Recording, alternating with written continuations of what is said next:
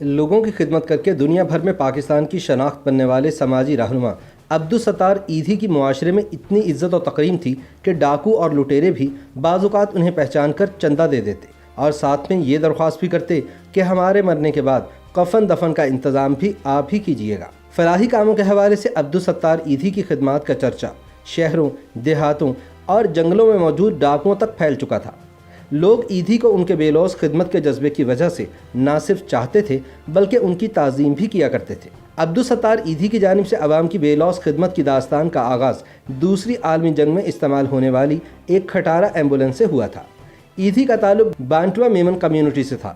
وہ قیام پاکستان کے بعد انڈین گجرات سے نقل مکانی کر کے کراچی آ گئے تھے۔ ان کی وفاشوار اہلیہ بلقیس بانو ایدھی کے مطابق پاکستان آنے کے بعد ابتدا میں ایدھی صاحب شادی کی تقریبات میں برتن دھونے جاتے، دودھ اور اخبار فروخت کرتے اور اس سے جو بھی آمدن ہوتی وہ چھوٹی موٹی فلاحی سرگرمیوں پر لگا دیتے۔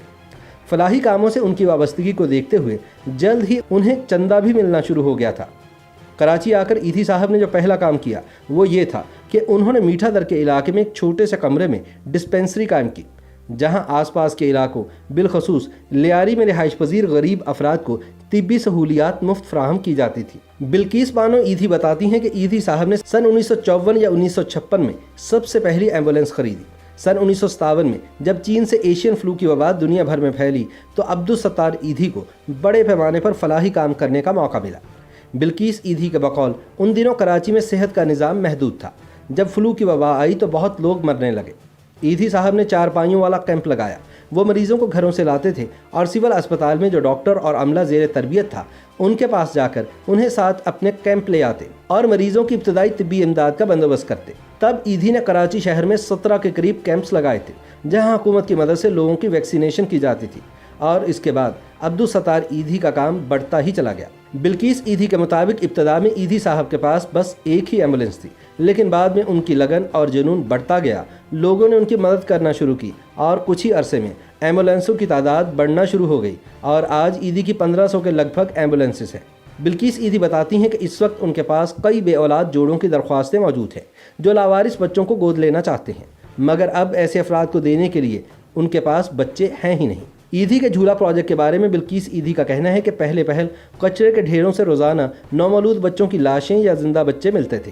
اس صورتحال پر ایدھی صاحب رات کو بیٹھ کر مجھ سے مشورہ کرتے تھے۔ وہ پڑھے لکھے نہیں تھے، میں بھی زیادہ پڑھی لکھی نہیں تھی۔ پھر ایک روز انہوں نے کہا کہ ہم جھولے لگائیں گے تاکہ لوگ بچوں کو قتل نہ کریں اور نہ ہی انہیں پھینکیں۔ لہٰذا ہم نے اپنے سینٹروں کے باہر جھولے لگائے اور لوگوں سے کہا کہ وہ بچوں کو اس میں ڈال دیں، آپ سے کوئی سوال نہیں پوچھے گا۔ بلقیس ایدھی بتاتی ہیں کہ ہمارے اس اقدام کی علماء نے بہت مخالفت کی اور ہمیں جہنمی قرار دے دیا۔ مولوی حضرات ایدھی سے کہا کرتے تھے کہ تم دوزخ میں جاؤ گے۔ انہوں نے ہمیں کافر قرار دینے کے فتوے بھی دیے، لیکن ایدھی صاحب ڈٹے رہے اور ان کا ملا حضرات کو یہی کہنا تھا کہ مجھے تمہاری والی جنت میں نہیں جانا۔ بلقیس ایدھی کہتی ہیں کہ ان کے شوہر کی معاشرے میں اتنی عزت تھی کہ کئی مرتبہ ان کا ڈاکوؤں سے پالا پڑا تو انہوں نے پہچاننے کے بعد ایدھی صاحب سے نہ صرف معافی مانگی بلکہ ان کو چندہ بھی دیا۔ انہوں نے بتایا کہ ایک روز رات کے وقت وہ ٹی بی سے مرنے والی ایک نوجوان لڑکی کی لاش لے کر سانگڑ جا رہے تھے کہ راستے میں گھوڑوں پر سوار ڈاکو نے روک لیا۔ ڈاکوؤں کا ارادہ لڑکی کے لواحقین کو لوٹنے کا تھا، تاہم ایدھی صاحب کے ساتھ گفتگو کے بعد جب انہیں پتہ چلا کہ وہ کس شخص کو روکے کھڑے ہیں تو انہوں نے نہ صرف ان سے معافی مانگی بلکہ ان کو چندہ بھی دیا۔ ڈاکو نے کہا کہ جب ہم مر جائیں گے تو ہمارے ماں باپ بھی ہماری لاشیں لینے نہیں آئیں گے، لیکن ہمیں یقین ہے کہ آپ ہماری لاشوں کو لینے آئیں گے اور دفنائیں گے۔ بلقیس ایدھی کا بقول نوری آباد ٹی بی سینٹر میں ایدھی صاحب نے اپنی زندگی میں ہی 2 قبروں کی جگہ کی نشاندہی کر دی تھی تاکہ مرنے کے بعد میں اور وہ اسی جگہ دفن ہوں۔ 8 جولائی سن 2016 کو ایدھی صاحب کی اسی قبر میں تدفین کی گئی جو قبر انہوں نے اپنے لیے بنوائی تھی۔ خیال رہے کہ بلقیس ایدھی نے عبدالستار ایدھی کی میٹھا در میں قائم ڈسپینسری میں بطور زیر تربیت نرس اپنی خدمات کا آغاز کیا تھا۔ عبدالستار ایدھی نے انہیں شادی کی پیشکش کی تو بلقیس بانو نے ہاں کر دی۔ بلقیس بتاتی ہیں کہ ایدھی صاحب اور میری عمر میں کافی فرق تھا۔ کئی لڑکیوں نے منع کر دیا تھا کہ ان کی داڑھی ہے، لیکن جب میری والدہ نے مجھ سے پوچھا کہ کیا تم عبدالستار ایدھی سے شادی کرنا چاہتی ہو تو میں نے ہاں کر دی۔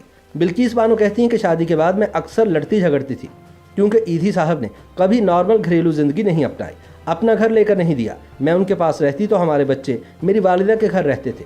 میرے 3 بچے ہوئے تو انہوں نے وہیں ٹی بی وارڈ کھول لیا۔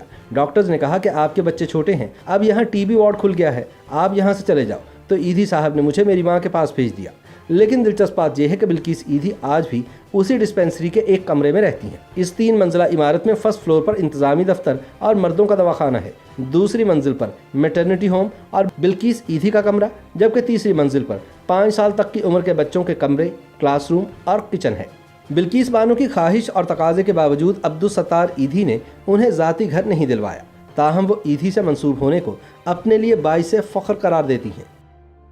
YouTube پر گوگلی نیوز دیکھنے کے لیے youtube.com کی سرچ بار میں googly news T V type کریں۔ گوگلی نیوز کے پیج پر سرخ رنگ کے سبسکرپشن والے بٹن پر کلک کرنا نہ بھولیے۔ YouTube پیج پر اپلوڈ ہونے والی ویڈیوز سے باخبر رہنے کے لیے بیل آئیکن پر کلک کیجیے۔ آپ کو ہر نئی ویڈیو کے بارے میں نوٹیفیکیشن موصول ہو جائے گا۔